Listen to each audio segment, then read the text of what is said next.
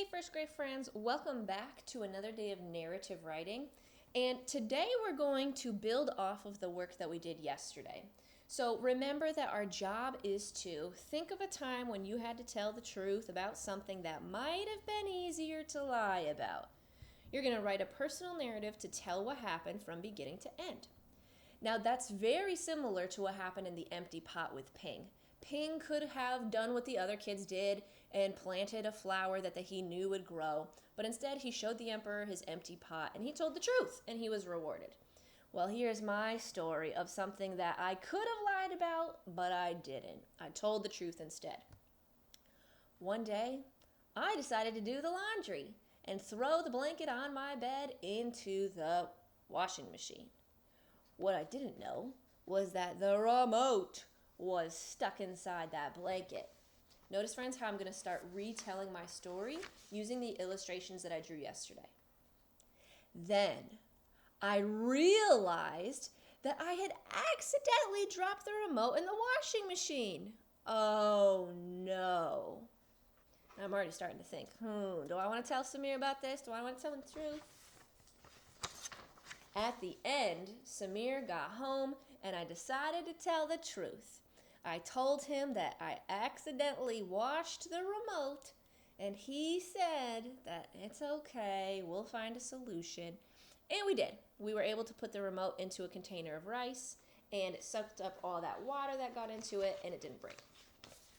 So now that I have retold my story using those illustrations I drew yesterday, I am ready to write what happened in the beginning of my narrative. Now remember, friends, you're always going to start a new part of your story with some type of temporal word or transition word that tells us, hey, I'm about to start a new part. In the beginning, you can say, in the beginning. You could say first. You could say one day. You could say one morning, one night, yesterday, last summer. These are all different ways to tell us when your story is happening and that this is the beginning. I'm going to use one day because this happened during the daytime. One day,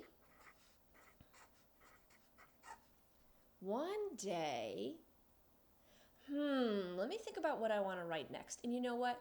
I'm going to use my lines. I'm going to draw in my lines to help me plan that sentence before I actually start writing the words. Because I don't want to get stuck halfway through my sentence not knowing what I want to write next. One day, I was washing my big blanket. Yeah, that's good. One day, I, two finger space, was, I don't want to squeeze washing in here. I'm going to go to the next line. Washing, two finger space. Notice how I'm doing a two finger slide now. Instead of sticking my two fingers here, I'm just giving myself a two finger slide. One day I was washing my big blanket, period. I'm going to go back and fill in those lines. One day I was washing. Well, I know how to spell wash. W-A, wash, digraph, S-H, like shark. Washing. Ooh, wash is my root word. I need suffix ing to make it washing. One day I was washing my big blanket. Well, that makes sense because there's the big blanket. Here's the washing machine. We're going to wash it. But now I'm going to say something about how the remote was hiding in the blanket. Let's think about how we could say that. What I didn't realize,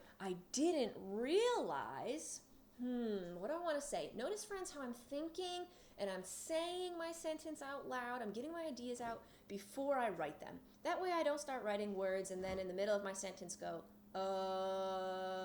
what did I want to write again? You say it out loud first. One day I was washing my big blanket. I didn't know that the remote was hiding inside. Yeah, let's write that. I, two finger slide, didn't, two finger slide, know that the remote was hiding inside. Exclamation point, I didn't know that.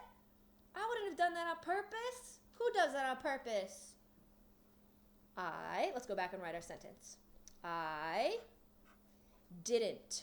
Ooh, didn't. That's a contraction. Two smaller words we put together to make a bigger word, but we also make it a little shorter with an apostrophe. So it's kind of like did not got squished together. Didn't. But instead of saying not, I take out my O and add an apostrophe. I didn't know, K-N-O-W. Oh, I know that word from informational writing. K-N-O-W, like I will teach you all about, and you tell them what you know. Know is like knowledge, stuff that's in your brain. I didn't know the remote was, oops, see what happens, friends? I didn't know that the remote was hiding inside. Yes, yes, yes. I didn't know that. At that. Notice my digraph TH, that's tickling my tongue to make the th sound. I didn't know that the remote. Two syllables. Stretch out your first syllable. Re. Two syllables. Remote. Stretch out moat. Moat. Moat. I'll bet you there's a sneaky E at the end making that O say its name. Remote. I didn't know that the remote was hiding inside. Oh, inside. That's a compound word. Two smaller words that could stand by themselves, but we stick them together to make a bigger word. So I'm going to take the word in and side and stick them together to make inside. Inside. Inside. One day I was washing my big blanket. I didn't know that the remote was hiding inside. Right? Because when you pick up that blanket, it's got all these twists and turns and curves and folds. You can't get it all nice and flat. So the remote was tucked inside one of those folds. I didn't know that. I would have done that on purpose. You guys know I would have done that on purpose. Well, I'm sure you know that this is a problem, and I'm going to have to decide if I want to tell the truth about it or if I want to lie.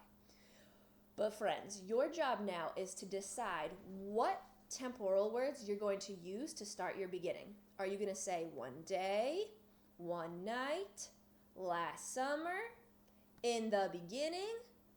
Decide what you want to say, and then tell us what's happening in your picture. Go ahead and get started on that beginning, friends, and then tomorrow we'll be ready to write the middle.